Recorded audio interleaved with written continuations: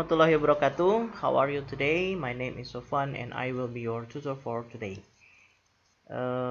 Video tutorial ini saya buat sebagai pengganti mata kuliah pertemuan tatap muka mata kuliah English 2 di Sekolah Tinggi Ilmu Ekonomi Muhammadiyah Mamuju. So, in the last week, pada pertemuan sebelumnya kita sudah membahas pokok bahasannya pada verbs. Ya, kita kenal verbs itu dengan istilah lainnya adalah kata kerja. Ya, dan ini juga sudah dibahas tentang jenis-jenisnya. Ada yang disebut sebagai main verb dan helping verb. Ada juga regular verbs dan irregular verbs. Kemudian ada lagi action verb dan stative verbs.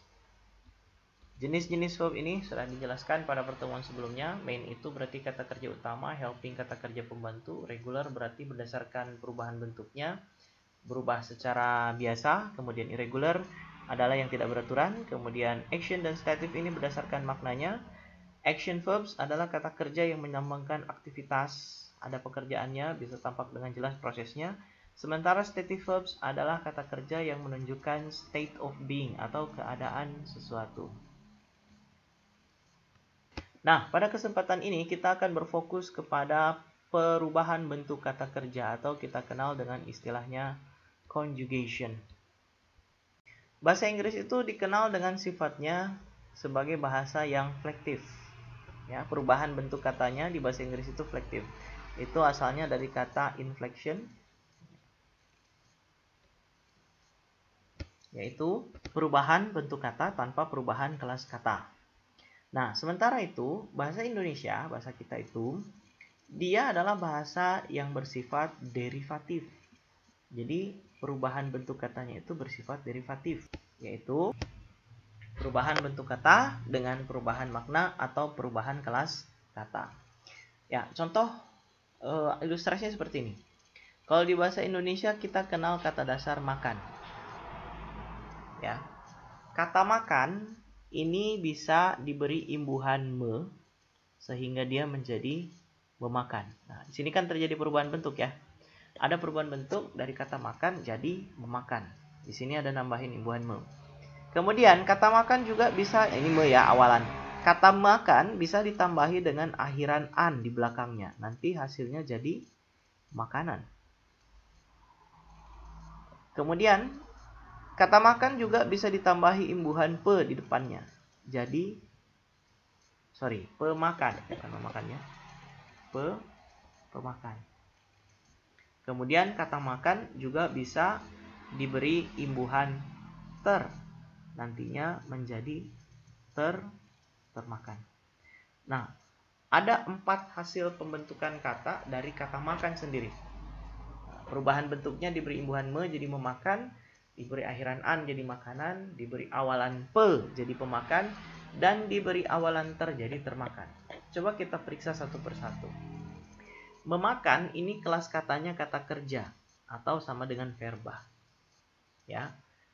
Kemudian makanan ini kelas katanya adalah kata benda alias nominal. Sementara pemakan dia juga kelas katanya kata benda alias nominal. Tetapi imbuhan ter di depan makan membentukkan termakan, mengubah kembali kelas kata itu menjadi kata kerja atau verba. Secara makna, memakan berarti memasukkan sesuatu ke dalam mulut. Ya, itu kata kerja dan sifatnya aktif. Aktif berarti apa? Subjek adalah pelakunya. Nah, kemudian makanan. Makanan itu kata benda. Kata benda yang berarti hal yang dimakan. Jadi benda yang masuk ke dalam mulut, nah itulah makanan. Kemudian pemakan. Pemakan ini berarti pemakan ini berarti pelaku atau orang atau siapapun yang melakukan makan. Berarti subjeknya adalah subjeknya pelaku. Kemudian termakan. Termakan juga kata kerja sama seperti memakan, tetapi sifatnya bukan aktif melainkan pasif. Nah, kalau kata kerja pasif, subjek itu bukan pelaku, tetapi subjek itu yang menjadi target, ya, target atau korban. Karena kita bisa bayangkan, misalnya kita buat kalimat saya memakan ikan, ya, berarti di situ subjeknya saya yang melakukan makan, berarti saya pelakunya. Tapi kalau misalnya dikatakan saya termakan ikan, pakai buah ter, subjeknya tetap saya, tapi di situ bukan berarti saya yang memakan ikan, bukan ikan yang dimakan, tetapi justru saya. Ya, saya tidak tahu ikan apa itu, mungkin ikan hiu atau apa, yang jelas sayalah yang jadi target atau sayalah yang menjadi korban. Nah, yang namanya derivasi itu seperti ini. Jadi berubah katanya, berubah artinya, berubah pula kelas katanya. Nah, di bahasa Inggris yang terjadi bukan derivatif, melainkan flektif atau inflection. Nah, inflection itu bentuk katanya bentuk katanya itu berubah, ya, tetapi kelas kata tidak berubah. Nah, kita coba lihat contohnya. Inggris kita mengenal bahwa yang namanya kata kerja atau verb itu bisa berubah berdasarkan tenses.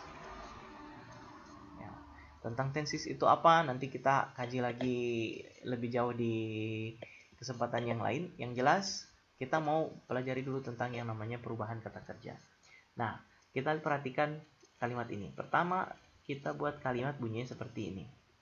I eat a sandwich. Kemudian yang kedua,